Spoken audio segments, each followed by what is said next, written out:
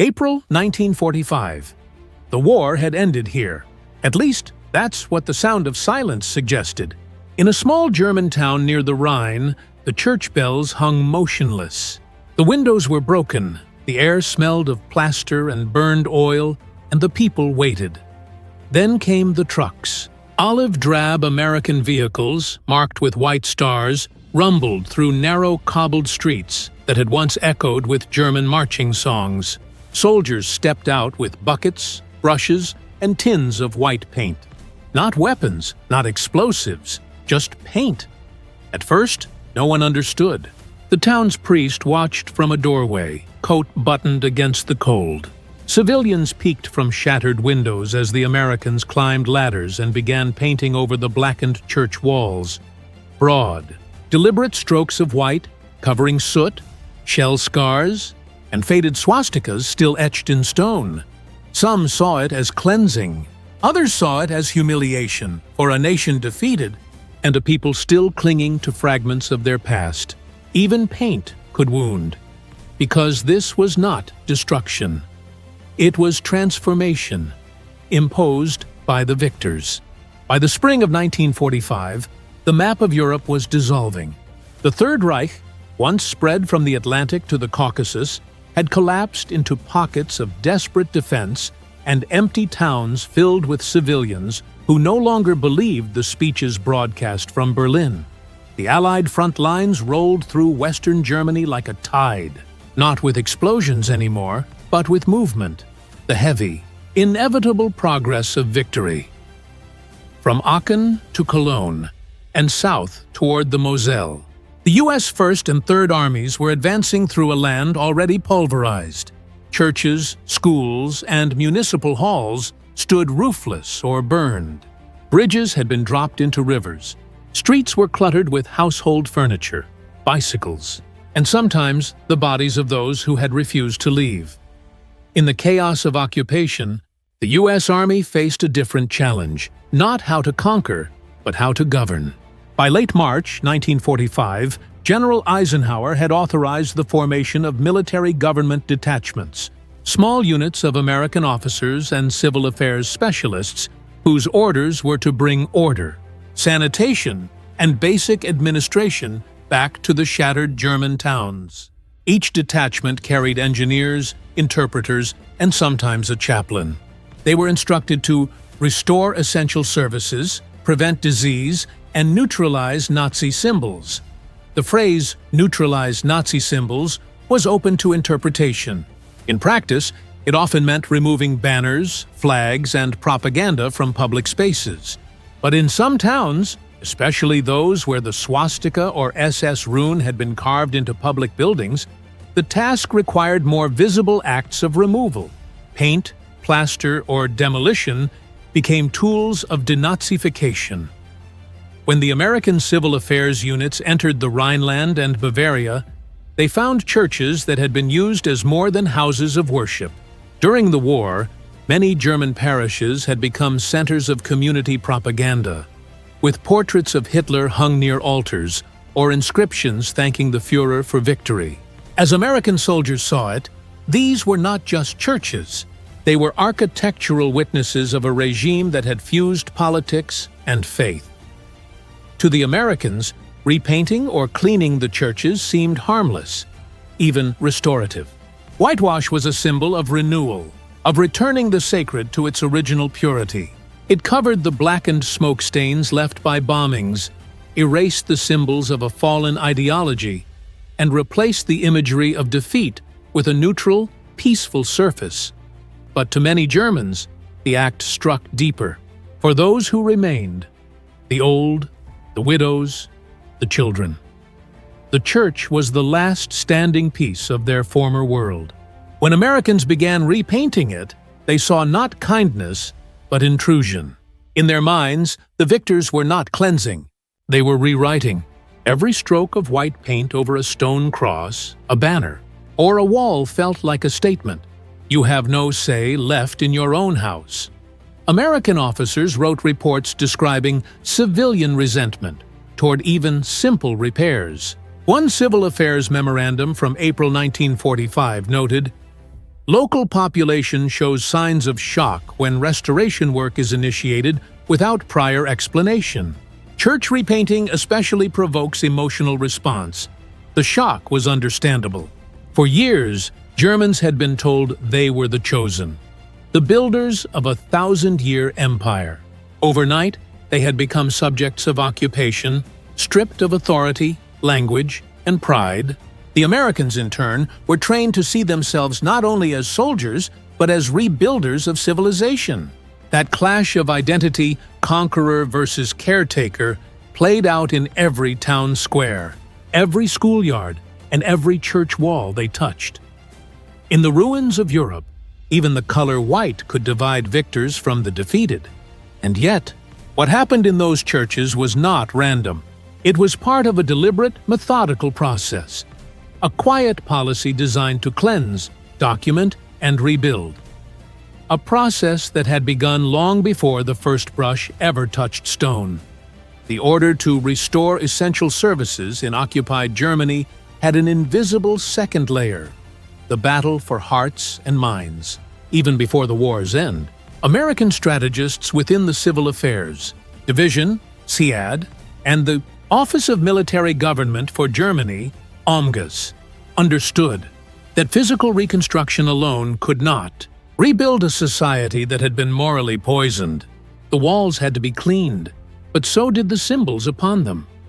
The first months of occupation saw a flood of new regulations. Churches, Catholic, Protestant, and occasionally small surviving synagogues, were instructed to remove any emblems linked to the Nazi regime. This included memorial plaques, banners that had praised the Führer, and even decorative motifs that seemed politically charged. Yet these directives, though administrative on paper, collided with emotion in practice. In towns like Koblenz, Trier, and Würzburg, American civil affairs officers often found church exteriors coated in soot and shrapnel damage. Inside, statues were cracked, frescoes blackened. Engineers were dispatched with lime paint to disinfect and brighten interiors, a hygienic measure intended to protect civilians from dust and mold in the damp ruins. But when these same engineers stepped outside to whitewash the outer walls, often still marked by smoke and bullet scars, local priests protested. One report from May 1945, preserved in U.S. Army archives, recorded the scene in a small Rhineland parish. Civilians appeared disturbed when repainting began without request. The local clergy expressed that the discoloration of walls serves as reminder of suffering and should remain visible. To the Americans, that sentiment seemed irrational. Why preserve pain when you could erase it? But to the civilians, those blackened stones were memory. The last unedited witness of what had happened. It was a cultural misunderstanding that ran deeper than language. To an occupying soldier raised in the pragmatic optimism of mid-century America, white paint symbolized renewal, the beginning of something clean. To a people who had just lost their country, it represented burial, the covering of wounds before they could even heal. The United States Army did not intend insult. Civil affairs handbooks emphasized respect for religion and instructed troops not to interfere with worship. In many towns, American chaplains held joint services with local priests, offering food aid and supplies. But acts of goodwill could not erase the imbalance of power. The Americans gave, the Germans received, and every physical gesture, no matter how practical, carried a moral shadow. When the U.S. Army engineers repainted churches, they believed they were restoring dignity. When German civilians watched, they saw their sanctuaries turned into symbols of defeat, churches remade in the color of surrender. In one Bavarian village, an American sergeant was quoted saying, "We're just making it look decent again." The priest replied quietly, "It looked decent before the war." These exchanges rarely escalated. Most Germans were too exhausted to protest, and most Americans too busy to notice offense. Yet the tension lived on, in silence, in the way townspeople avoided eye contact when soldiers passed, in the whispered stories that spread from one parish to another. By the end of summer 1945, the military government's Reconstruction Division estimated that over 1,200 religious structures across the American zone had undergone repairs, repainting, or sanitary treatment. Not all were churches. Some were chapels or parish halls used for relief distribution. But, in every case, the physical act of restoration carried psychological weight. This was no longer about architecture. It was about identity. To repaint a church was to declare ownership over its meaning. And in post-war Germany, meaning itself was contested ground. As the occupation deepened, both sides, the victors rebuilding and the defeated surviving, began to see that the war's true aftermath was not fought with guns or tanks. It was fought with memory, with symbols, and with the fragile question of what would be remembered and what would be erased. And within that silent battle of perception, the painting of churches became a quiet turning point, one that revealed how even the smallest acts of reconstruction could reopen the wounds of defeat. In the months after the incident at Sector E7, a quiet recalibration spread through the American occupation zones. Orders were rewritten, procedures adjusted, and the phrase symbolic sensitivity began to appear in every memorandum concerning reconstruction. No one spoke of rebellion. No shots were fired. Yet in administrative silence, the first cracks in the moral confidence of the occupiers appeared. American officers who had once seen themselves as the guardians of civilization began to understand the deeper complexity of rebuilding a defeated nation. It was not enough to replace bricks and glass.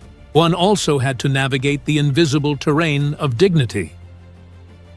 Across Western Germany, field reports began documenting similar moments. Small acts of resistance, gestures of defiance wrapped in politeness. In the town of Mainz, a group of local women refused to enter their newly painted church, saying it no longer belonged to them. In Nuremberg, an American chaplain noted that parishioners preferred holding services in cellars, rather than under freshly whitewashed ceilings. What had started as a gesture of restoration had turned into a lesson in humility. By late 1945, headquarters in Frankfurt issued a new directive. All reconstruction involving cultural or religious structures must proceed only upon consultation with legitimate local authorities. Where sentiment favors preservation of damage, such condition shall be respected. It was a remarkable shift, a rare moment in military history when a conquering power voluntarily limited its reach out of respect for the conquered's memory. But not all welcomed the change. Some officers viewed the suspension of repainting as weakness. One colonel wrote bluntly, "If they wish to keep their ruins, they should live in them. We are here to modernize, not to sentimentalize." That comment captured the divide emerging within the American administration itself. Modernization versus memory. The practical soldiers wanted a clean, functional Germany. The humanists, chaplains, educators, and civil affairs officers argued for sensitivity to meaning. Between them lay the uneasy balance that would define the first year of peace. In December 1945, a symbolic compromise was reached in the Bavarian town of Aschaffenburg. There, local clergy invited American engineers to participate in a joint restoration ceremony. Half the church was painted, half left dark. The Americans provided materials. The Germans chose where to apply them. Afterward, both sides held a joint service of reconciliation, the first of its kind. Recorded in the occupation archives, the image of soldiers and civilians praying beneath a divided wall became a quiet emblem of coexistence. Newspapers in both countries published the story. The Stars and Stripes caption read, "Faith and rebuilding share the same brush." What had begun as a misunderstanding was slowly transforming into a shared narrative, a new form of diplomacy, built not through treaties, but through humility. Still, tension never disappeared completely. For some Germans, the half-painted walls remained symbols of submission. For others, they became proof that even the victors could listen. Among American troops, the episode entered rumor. Don't paint the church unless they ask you to. It became an unwritten rule, a line of respect drawn in lime and dust. Meanwhile, the U.S. military government used the incident as a lesson in post-war governance. The Civil Affairs Review, published in early 1946, included an article titled Cultural Awareness in Occupied Areas, citing the church repainting controversy as an example of how cultural restoration required consent, not command. It was a subtle acknowledgement that victory alone does not grant moral authority. Even Eisenhower's staff, reviewing the report months later, noted that reconstruction policy must align with the emotional condition of the occupied. It was the first time in official U.S. occupation doctrine that emotion was treated as a strategic factor. On the ground, the changes were visible. By the summer of 1946, fewer churches were being repainted by military units. Instead, materials were handed to local committees, who decided for themselves how to restore their sanctuaries. Some chose white, others left the smoke marks untouched. Each decision, in its own way, marked a step toward sovereignty. Small, symbolic, but profound. One American chaplain summarized it best in his report from Würzburg. "We thought we were painting walls. We were actually painting over wounds. Now, we let them heal on their own." That realization, that even kindness requires permission, was perhaps the occupation's quietest victory. As the second winter of peace settled over Germany, snow fell on the rebuilt towns, softening the outlines of destruction. The white walls of repainted churches blended with the frost, while the darkened stones of untouched ones stood like sentinels of memory. To an observer, they all looked the same. Silent, cold, peaceful. But to those who lived there, every wall told its own story. Some spoke of restoration, others of loss, and together they marked the true turning point of post-war Germany. The moment when a defeated nation began to reclaim the right to remember on its own terms, and when the victors learned that even mercy must sometimes step back. That winter, reports of the painting issue faded from official correspondence. The Americans had moved on to larger challenges: denazification, elections, rebuilding industry, but the legacy of those repainted walls endured quietly, etched into both sides' memory. Because the story was never really about color or paint. It was about the fragile line between helping and healing, between cleansing and erasing, a lesson born not in battle, but in silence. Leadership during occupation was a balancing act between policy and perception. American commanders understood that victory on paper meant little without control on the ground. Every act, from ration distribution to the repainting of a church, carried political weight. In early April 1945, General Lucius D. Clay, deputy military governor of Germany, circulated a directive emphasizing that acts of reconstruction must symbolize order, not indulgence. This meant soldiers were to maintain discipline, avoid fraternization, and conduct rebuilding with precision. Painting churches fit that image: visible, controlled, and moral in appearance. For local commanders, the sight of clean churches in ruined towns served a psychological purpose. It showed both the Germans and their own troops that the U.S. Army brought order from chaos. A white facade implied cleanliness and authority, the same symbolism used in military barracks and hospitals. But policy rarely anticipated emotion. When civilians expressed discomfort, officers viewed it not as spiritual anguish but as potential dissent. Reports noted local sensitivity to public property modifications, but few understood its roots. To American eyes, the Germans were a defeated people still adjusting to reality. To Germans, they were a humbled nation watching foreigners rewrite its sacred spaces.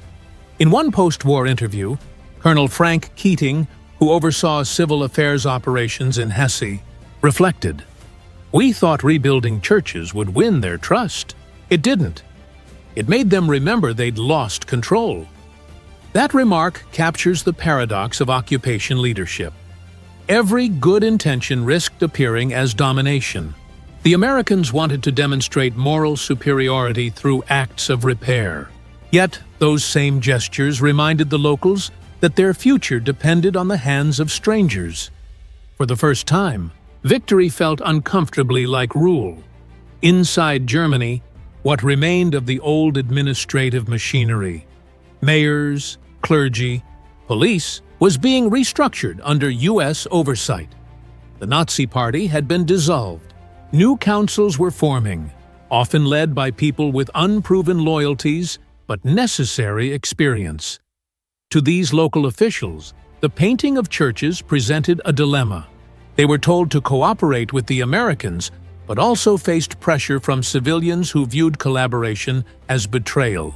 When U.S. engineers began restoration work, some mayors protested, arguing that such acts should await German initiative. Others signed permits simply to keep peace. The tension was not political alone. It was spiritual.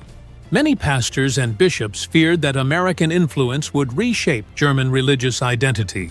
For 12 years, the Nazi state had blurred the line between politics and faith.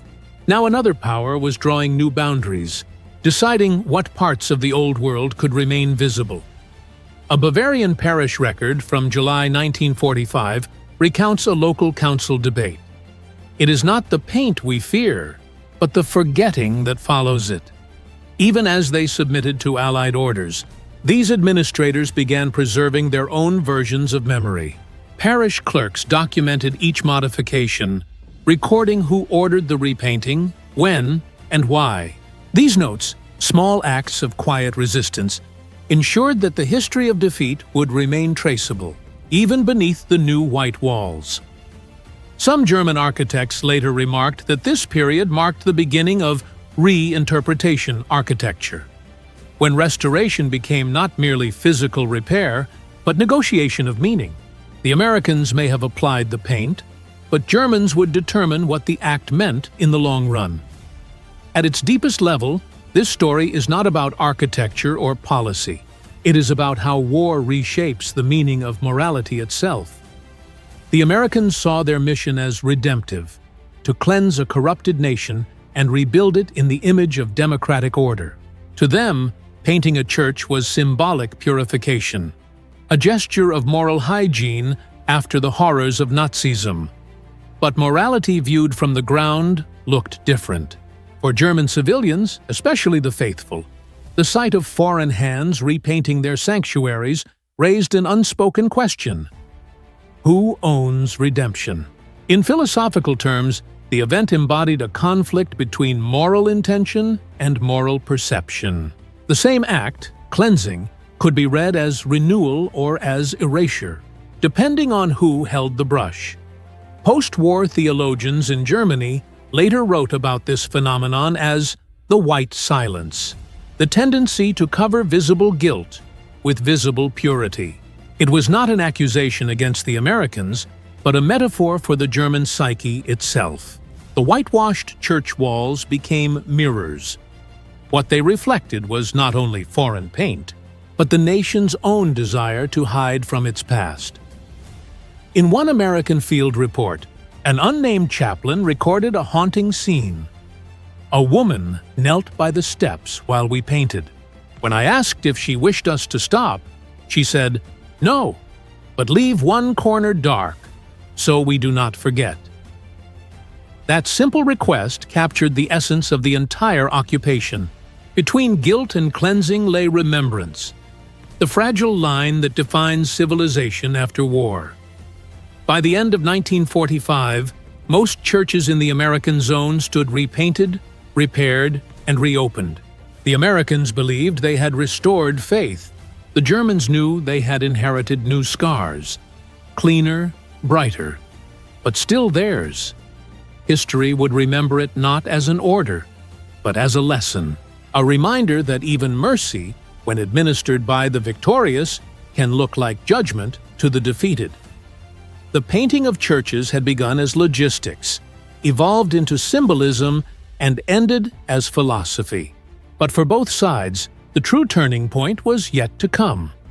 The moment when one quiet incident turned this tension into confrontation, forcing both the occupiers and the occupied to confront what rebuilding really meant. It happened quietly, like most post-war confrontations, not with shouting, but with stillness. By early May 1945, surrender was official, but occupation had only just begun. In hundreds of small German towns, local mayors worked under American supervision, food rationing began, and church bells, silent for years, were allowed to ring again. This time not for victory, but for survival.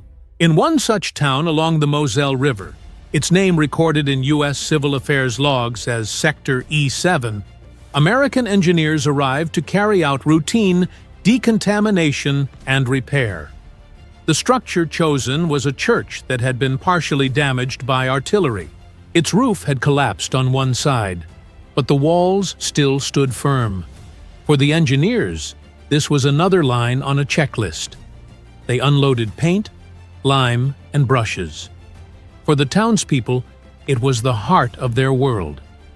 The parish priest, Father Joseph Langen, had lived through 5 years of war and had buried dozens beneath the rubble now being repainted.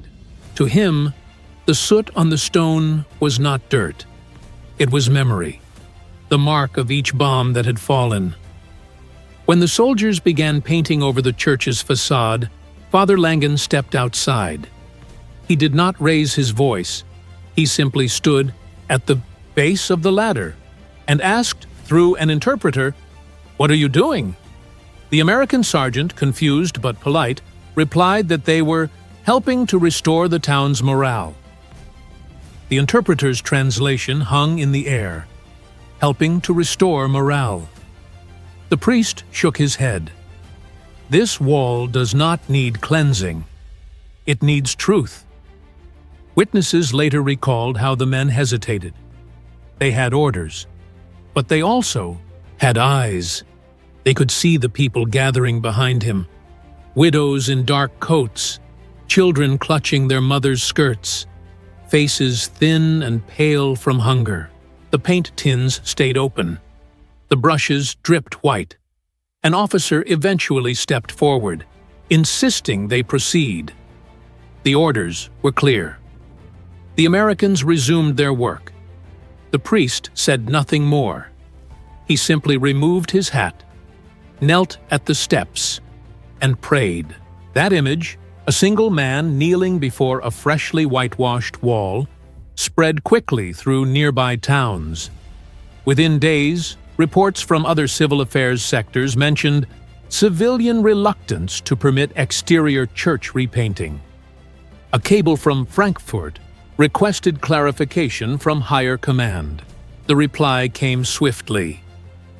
Church repainting and cleaning operations to proceed where structurally necessary, but to be suspended where symbolic sensitivity is evident. It was a bureaucratic compromise, an acknowledgement that even benevolent acts could provoke resentment. But for the soldiers who had witnessed that moment, something had shifted. In his journal, one corporal wrote, "We came to rebuild, but it feels like we are erasing. They look at us as if we're wiping away their dead." This was the turning point, the instant when the occupation's moral clarity blurred. Until then, the Americans had moved through Germany as liberators of Europe, certain of their cause. But standing before the ruins of a church, their own hands painting over history, they began to feel what conquest really meant. The climax was not a riot or rebellion. It was realization. The Army's own documentation shows how rapidly the tone changed after this. Civil affairs memoranda from June 1945 onward emphasize local consultation before public restoration.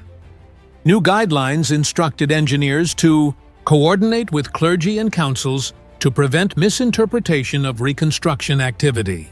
Behind that neutral phrasing lay a profound admission. Power could not dictate meaning. The Americans had the resources, the paint, and the authority. The Germans had only memory, but memory proved the stronger force. No matter how bright the walls were made, they could not illuminate the space between victor and vanquished. In the weeks that followed, many churches were left half-painted, their lower walls white, their upper stones dark.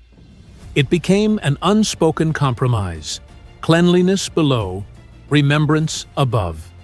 To the Americans, it looked unfinished. To the Germans, it looked honest.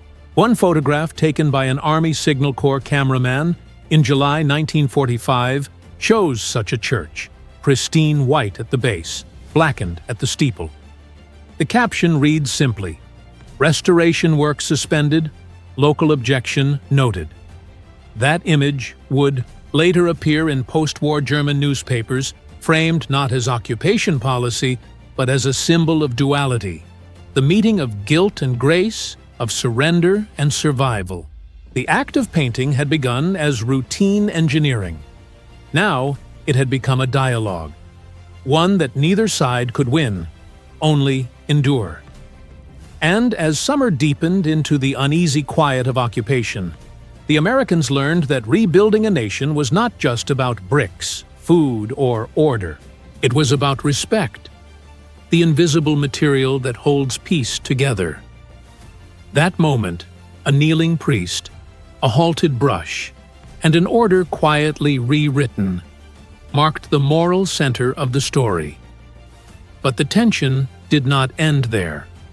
In the months that followed, both sides would struggle to define what the rebuilding of faith truly meant, and who had the right to decide how the past should look.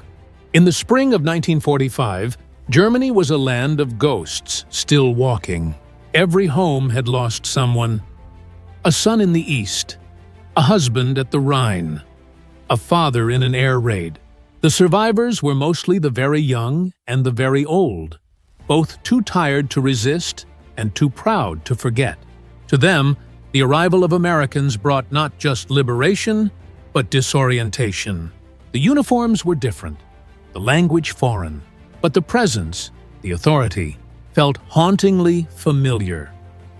When U.S. troops repainted churches, townspeople gathered silently nearby, hands clasped, eyes cautious. Children watched the ladders go up, the brushes spreading white over blackened stone. Some believed the soldiers were repairing bomb damage. Others whispered that the Americans were marking their holy places. In the confusion of defeat, rumor replaced fact. Witness accounts from civil affairs reports describe an unsettling calm among German civilians. A lieutenant from the 9th Army wrote in his field journal, "They do not speak. They stare as if we are touching something we shouldn't." That quiet resistance, the stillness of a population watching, its world repainted by others, became one of the defining human moods of early occupation. To the Americans, it was incomprehensible.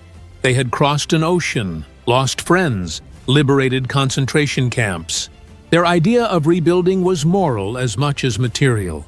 Yet every gesture of help seemed to expose a deeper wound in those they tried to assist. No shots were fired, no protests erupted, only silence. And in that silence, a truth emerged. War does not end when guns fall silent. It lingers in gestures, in symbols, in the color of a wall. The tactical and engineering angle, from a military perspective, repainting was never symbolic at all. It was logistical. In the wake of combat, churches and civic buildings were often used as temporary command posts, supply depots, or field hospitals. Soot-covered interiors and bomb-blasted walls made them hazardous to inhabit. Lime-based whitewash was a disinfectant, killing mold spores and bacteria in humid, unheated ruins. Civil affairs manuals explicitly instructed units to use readily available whitewash for sanitation and morale improvement. In destroyed towns, it became a kind of military routine. Patch roofs, clear debris, paint interiors. Engineers didn't ask theological questions. They followed checklists. To these units, Germany was a massive repair project. Bridges needed to stand, roads needed to clear, buildings needed to be safe. Painting churches was simply part of rehabilitation of essential structures. A 1945 Army Corps of Engineers directive stated, "Public structures of symbolic or civic significance to be cleaned and rendered functional for local morale stabilization." Morale stabilization. The phrase says everything. It meant giving civilians a sense of normalcy, however superficial. A freshly painted wall implied progress. To an occupying power, that illusion of progress mattered. But the soldiers applying paint rarely grasped how the same gesture could read as domination. For them, this was engineering. For civilians, it was erasure. That gap between intention and perception defined much of the early U.S. occupation. The Americans built schools and clinics, paved roads, distributed food. Yet, in every act of rebuilding, they touched symbols that Germans still considered sacred. The engineers built bridges of wood and concrete, but emotional bridges took far longer to design. The cultural and religious angle before the war, German churches were more than houses of worship. They were national landmarks. Their bells rang for harvests, funerals, and victories alike. Under Nazi rule, the regime had co-opted many pulpits, transforming sermons into patriotic declarations. In rural areas especially, Christianity and nationalism had merged into a single identity. So when the Americans arrived and began repainting, they were unknowingly intervening in that fusion.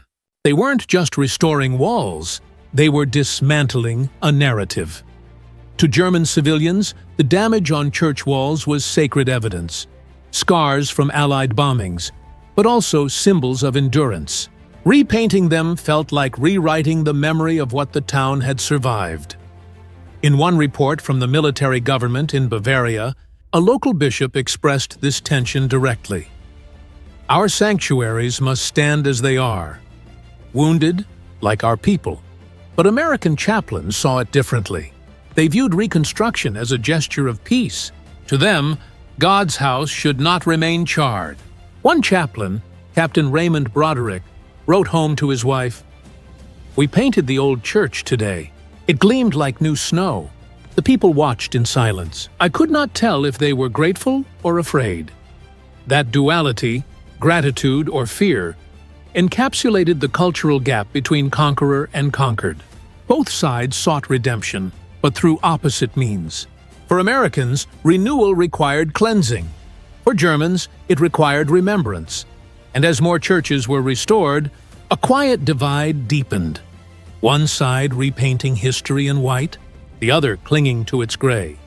It was not confrontation that defined this moment. It was coexistence under strain. A world half rebuilding, half mourning, unsure which color the future should be. From these early angles, human, tactical, and cultural, the story takes shape as more than a simple act of painting. It becomes a portrait of collision between efficiency and emotion, faith and authority, memory and control. But there were still deeper layers, questions of leadership, ideology, and morality that would turn the act of repainting into a historical statement. By 1946, Germany was a landscape of contradictions, half ruins, half hope. American occupation authorities described it as a country in reconstruction, yet unsure of its soul. The material rebuilding of towns advanced rapidly, but the moral rebuilding moved with painful slowness. In countless villages, the freshly painted churches stood as quiet witnesses to that struggle. Some gleamed with new plaster and whitewash, almost radiant under spring sunlight. Others remained blackened and raw, the scars of fire left visible by choice. Together, they formed a patchwork of memory, an architectural map of how a nation processed defeat. For the Americans, the painting episode had become a case study in cultural humility. At headquarters in Frankfurt, a circular memorandum from the Office of Military Government for Germany, OMGUS, emphasized that restoration of spiritual institutions must proceed with community consultation. It was bureaucratic language masking a deeper truth. The occupation forces had learned that moral restoration could not be commanded. Americans had arrived with a mission of reconstruction, to erase the physical traces of war and replace them with order. But erasing was not the same as healing. In the months following the controversy, more officers were assigned to religious affairs and monuments, fine arts, and archives divisions, many of them artists, historians, or theologians by training. They began documenting cultural losses, consulting German clergy, and photographing damaged churches before any repair was authorized. One report from Würzburg, dated March 1946, recorded the testimony of a local priest. "The walls, dark with smoke, remind us of what we became. To cover them would be to forget too soon." The American officer in charge added in the margin, "Noted and approved." That small exchange, a single note of approval, captured the quiet shift in occupation philosophy. Meanwhile, for ordinary Germans, the image of Americans repainting churches lingered as a complex memory. Some remembered it with resentment, foreign hands deciding what their holy places should look like. Others remembered it as the first gesture of peace. Soldiers bringing brushes instead of rifles. Post-war newspapers occasionally revisited the story. In 1947, the Munich-based Neue Zeitung published an essay titled "When the Americans Painted Our Churches," describing it as a symbol of both arrogance and compassion. It asked, "Can one rebuild faith from the outside?" The question had no easy answer, but it echoed across the nation.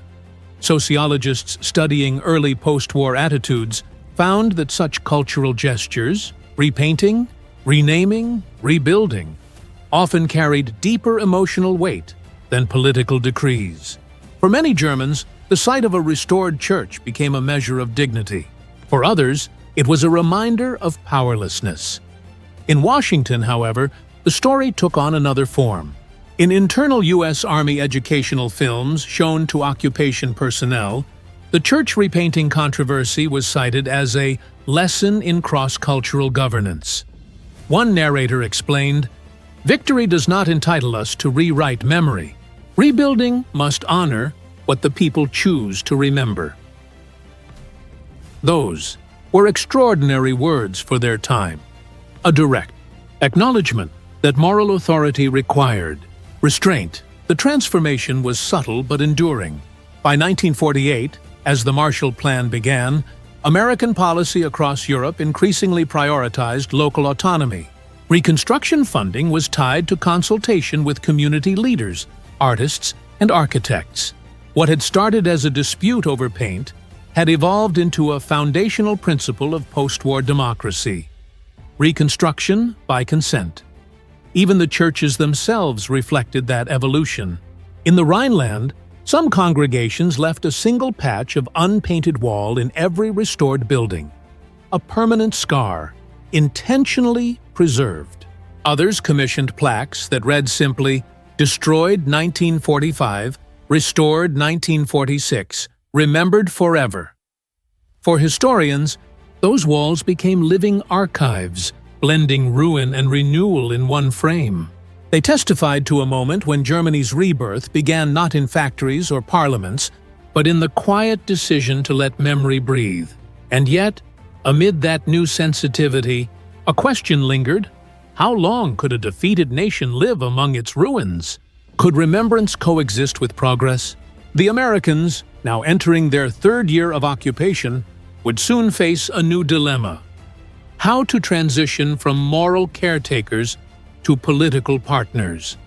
But before that transformation could begin, the emotional landscape of post-war Germany still had one more chapter. When the painted churches themselves began to fade, and the people had to decide whether to repaint them once again. By the late 1940s, the story of the painted churches had faded from daily conversation, but not from memory. It survived in fragments, in parish logs, in photographs stored by American engineers, in brief notes attached to architectural blueprints. Time had weathered the bright white surfaces. Dust and smoke from new factories dulled them to gray. The scars beneath, though hidden, still existed. In some places, small cracks revealed hints of the blackened stone beneath, as if history itself refused to remain covered. In 1948, as West Germany prepared for economic revival under the Marshall Plan, a new phase of reconstruction swept across the cities. Local architects began blending the old and the new, preserving damaged spires, integrating ruins into modern designs. The lessons learned from the early occupation years were now evident in every blueprint. Memory and progress would coexist, not compete. Cultural historians later called this period the architecture of conscience. It represented a quiet acknowledgement that moral scars could become part of identity rather than something to erase. In Heidelberg, a city largely spared from heavy bombing, the American administration sponsored a series of art exhibits exploring restoration and memory. One installation displayed photographs of repainted churches, juxtaposed with untouched ruins. Visitors wrote comments beneath, "We must rebuild, but never forget." The exhibition drew both Germans and Americans, a sign that the boundaries between victor and vanquished were softening. By 1949, with the founding of the Federal Republic of Germany, the relationship between the occupiers and the occupied had shifted entirely. The United States was no longer seen merely as a military authority, but as a partner in reconstruction. The symbolic wounds of 1945 had become the moral foundations of a new alliance. Yet for some, the memory of that first brushstroke still carried pain. In a 1951 interview, Father Karl Riegler of Koblenz recalled, "When they painted our church, I felt as though they were painting over our guilt and our grief together. But when the paint began to flake, I realized nothing truly vanishes. The wall remembers." His words captured the paradox of post-war Germany, the need to rebuild while carrying the weight of memory. For the Americans, too, the incident left a lasting impression. In U.S. Army archives declassified decades later, memos referred to it as the whitewash dilemma. The phrase appeared in training manuals for future military governments, emphasizing that cultural sensitivity is not decoration, it is stabilization. It became part of the doctrine for later interventions, from Korea to Iraq, a lesson born not in combat, but in paint and silence. Historians who examined those records argue that the EE church painting controversy marked one of the earliest instances where the U.S. military recognized the psychological dimension of reconstruction. It demonstrated that the rebuilding of faith, art, and culture required the same precision and patience as rebuilding bridges and roads. Meanwhile, the physical churches themselves endured quietly. By the 1960s, many had been renovated again, this time by local hands, not occupying soldiers. In some, the 1945 paint was still faintly visible beneath newer layers. In others, restoration teams deliberately left small patches untouched, preserving that original coat as a symbol of the post-war encounter. Tour guides would later point them out. "This is American paint," they would say, from the first days after the war. For younger generations, it became a story less about occupation and more about transformation. A tale of misunderstanding turned mutual respect. By the 1980s, with both nations firmly allied under NATO, German and American historians jointly curated exhibitions about reconstruction. One such display in Bonn, titled Walls of Memory, featured a simple inscription. They painted over ruins, and in doing so revealed what could never be erased. In the end, what began as an act of authority had evolved into a parable of restraint, a reminder that power without empathy risks becoming hollow. and that even the smallest gesture can carry the weight of history. When historians look back at post-war Germany, they often focus on grand strategies: the Marshall Plan, denazification, the Berlin airlift. Yet beneath those monumental events lay smaller stories, like the moment when American soldiers climbed ladders with paintbrushes instead of rifles. Those quiet gestures, born of order and misunderstanding alike, built the moral foundation upon which peace was eventually constructed. Because history does not remember only the great battles, it also remembers the moments when a conqueror paused and chose to listen. History often remembers wars through their violence: the fire, the ruins, the numbers carved into marble. But sometimes, the truest reflection of victory is found not in conquest, but in restraint. The Americans who painted those German churches did not know they were making history. They believed they were helping, covering soot, restoring dignity, rebuilding faith. Yet in their well-meant act, they confronted something greater than ruins: the human need to grieve on one's own terms. It is easy to rebuild walls. It is harder to rebuild meaning. In the months and years that followed, the lessons of that small episode rippled outward, shaping the ethics of occupation, the principles of cultural respect, and even the architecture of reconciliation that defined post-war Europe. The soldiers had not only repainted stone, they had exposed a deeper truth. That memory, when forced into silence, finds its own way to speak again. Every nation that rises from ashes must face that same choice: to hide its scars or to live with them. Germany chose both. Some walls were cleansed, others were left dark. Together they told a single story: that redemption is not erasure, but acceptance. Today, if one walks through the quiet towns of the Rhineland or the ruins preserved in Würzburg, the echoes remain: faint brush strokes beneath newer paint, the faint scent of lime, and the memory of a time when the victors learned the boundaries of mercy. Because the end of war is not the moment when the guns fall silent. It is the moment when one hand lowers the weapon and the other reaches out, unsure, imperfect, but human. That is how civilizations truly rebuild. Not through orders or walls of white paint, but through the courage to let memory remain.